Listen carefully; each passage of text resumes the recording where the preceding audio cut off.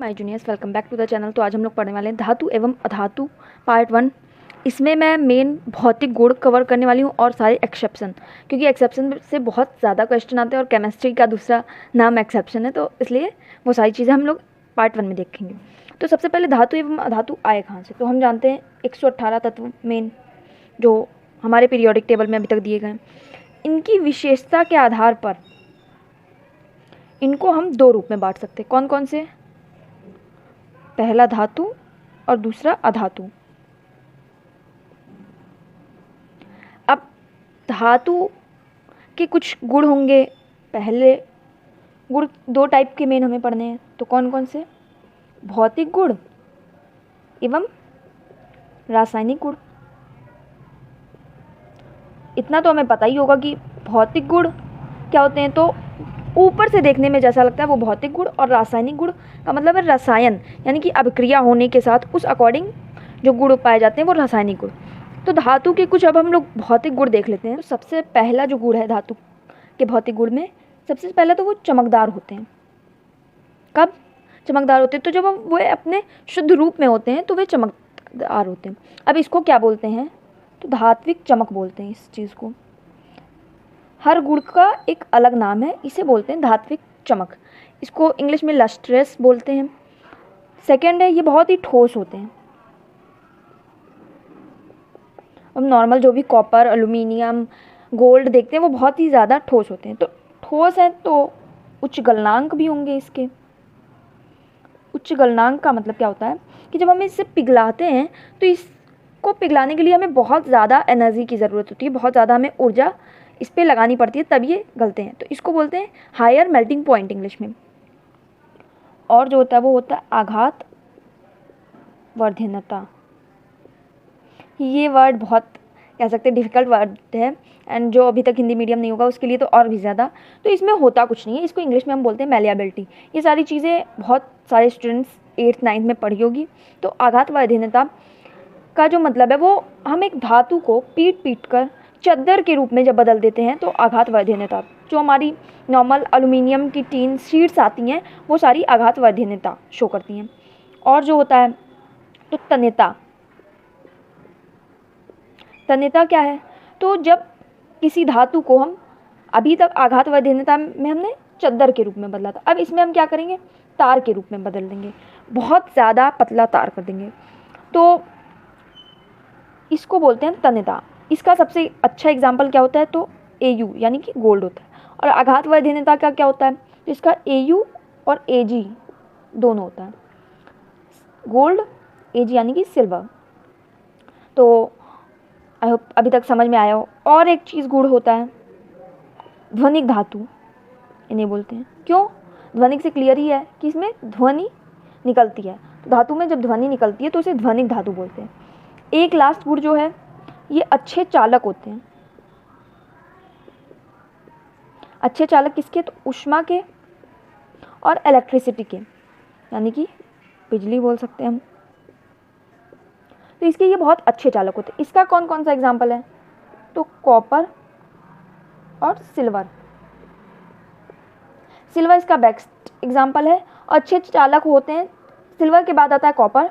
तो कई बार होता है कि तार में सिल्वर क्यों नहीं यूज़ होता, क्योंकि ये महंगा है, ये एक्सपेंसिव है अकॉर्डिंग टू कॉपर। तो कॉपर उतना काम कर लेता है, इसलिए कॉपर का यूज़ करते हैं अब हम लोग कुछ क्वेश्चंस। अब पहले तो अधातु के भौतिक गुण कौन कौन से हैं, तो वो ये सारे जो गुण हैं धातु के, ये इनमें नहीं पाए जाते हैं। तो अब हम लोग देख लेते हैं जो इम्पोर्टेंट क्वेश्चंस और एक्सेप्शन जो आते हैं वो देख लेते हैं। अब एक्सेप्शंस में, या एक्सेप्शंस को हम इम्पोर्टेंट क्वेश्चन भी बोल सकते हैं।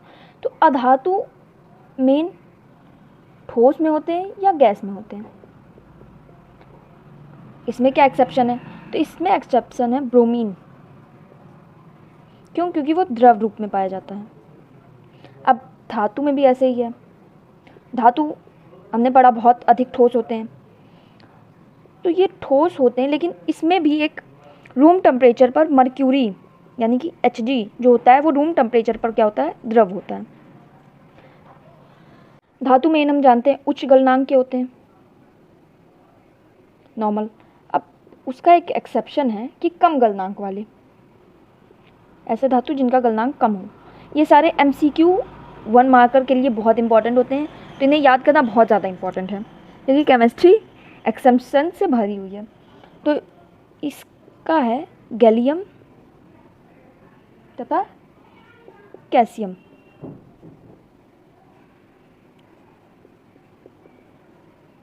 इसको इंग्लिश में ऐसे लिखते हैं।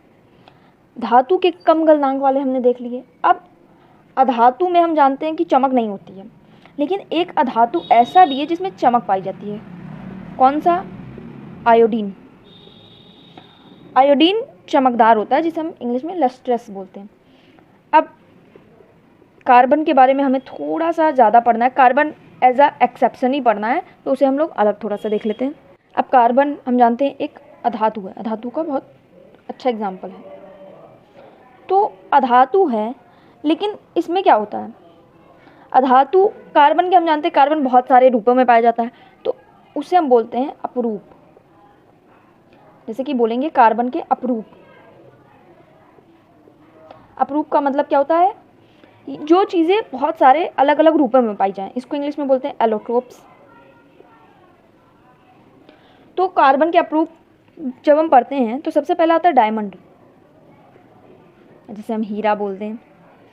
तो डायमंड एक हम जानते हैं कार्बन का अपरूप है।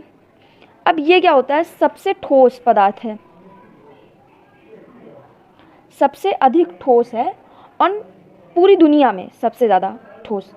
और ये है क्या? एक अधातु है। लेकिन हमने पढ़ा था धातु की एक प्रकृति होती है कि वो ठोस होते हैं, लेकिन यहाँ पे एक एक्सेप्शन, वो भी सबसे ज़्यादा ठोस का एक्सेप्शन ही आ गया। और एक ऐसे होता है ग्रेफाइट। ग्रेफाइट क्या होता है? तो ग्रेफाइट चालक है, इलेक्ट्रिसिटी का चालक है ये। और जबकि हमने पढ़ा था धातु इलेक्ट्रिसिटी के चालक होते हैं, जिसका एग्जांपल हमने Cu पढ़ा था, Ag पढ़ा था। अब यहाँ पे एक और एक्सेप्शन। तो ये सारे छोटे छोटे एक्सेप्शन एक एक नंबर ऐसे डायरेक्ट दे जाएंगे कि सबसे ठोस पदार्थ कौन सा है, तो डायमंड।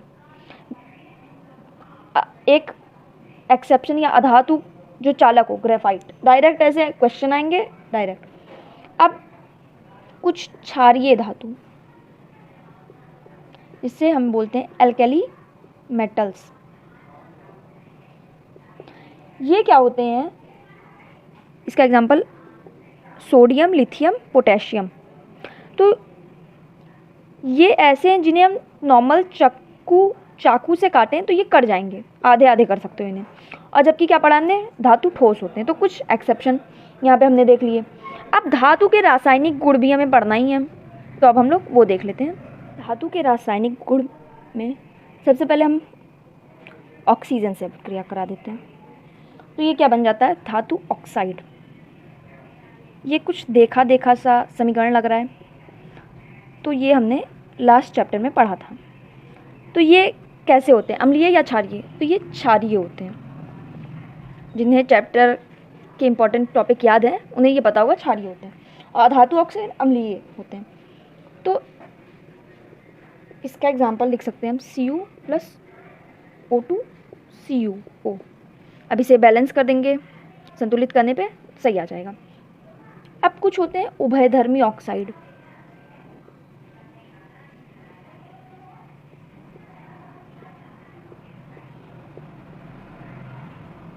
उभयधर्मी ऑक्साइड कौन से होते हैं? तो उभयधर्मी का पहले मतलब क्या है? तो ऐसे ऑक्साइड जो क्षारीय तथा अम्लीय दोनों जैसा बिहेव करें। क्षारीय अम्लीय बिहेव करेंगे, तो इसके कुछ एग्जाम्पल, ये उभयधर्मी ऑक्साइड करके डायरेक्ट क्वेश्चन आ जाता है 2 नंबर में लिखने में, सब्जेक्टिव में। इसका एग्जाम्पल है ZnO और Al2O3। इसके मेन 2 एग्जाम्पल हमें बुक में दिए गए हैं। अब Na या K को हम अगर ऑक्सीजन के साथ, ये क्या है? धातु है। ऑक्सीजन, यही हमने जो पढ़ा था, धातु प्लस ऑक्सीजन। यहाँ पे बनना क्या चाहिए था? धातु ऑक्साइड, लेकिन बनेगा क्या? आग लग जाएगी सीधे। क्यों? क्योंकि ये जो है बहुत ज़्यादा अधिक अभिक्रियाशील है, इसलिए इन्हें क्या करते हैं हम? केरोसिन ऑयल में रखते हैं इसको। इसे हम नॉर्मल इन्वायरमेंट में नहीं छोड़ते हैं। अब ऐसा ही है AU या AG, उसका अगर हम ऑक्सीजन के साथ कराएं तो कोई अभिक्रिया ही नहीं होगी। अब क्यों अभिक्रिया नहीं होगी? तो यहाँ पे ये जो है ये बहुत कम अभिक्रियाशील धातु हैं, तो यहाँ पे कोई अभिक्रिया ही नहीं होगी। अब एक चीज़ का हमें थोड़ा सा एक्सेप्शन इसका भी देखना है, तो वो अब हम लोग देख लेते हैं। अब हमने क्या देखा था? धातु प्लस अम्ल हमेशा क्या बनाते हैं? तो ये बना देते हैं लवण प्लस हाइड्रोजन। ये हमने लास्ट चैप्टर में पढ़ा था, अगर याद है तो बहुत अच्छी बात है। अब इसका एक्सेप्शन क्या है? तो इसका एक्सेप्शन है धातु प्लस नाइट्रिक अम्ल। नाइट्रिक अम्ल का फॉर्मूला HNO3। इसको बनाना क्या चाहिए था? एक लवण प्लस हाइड्रोजन। ये बनाएगा क्या?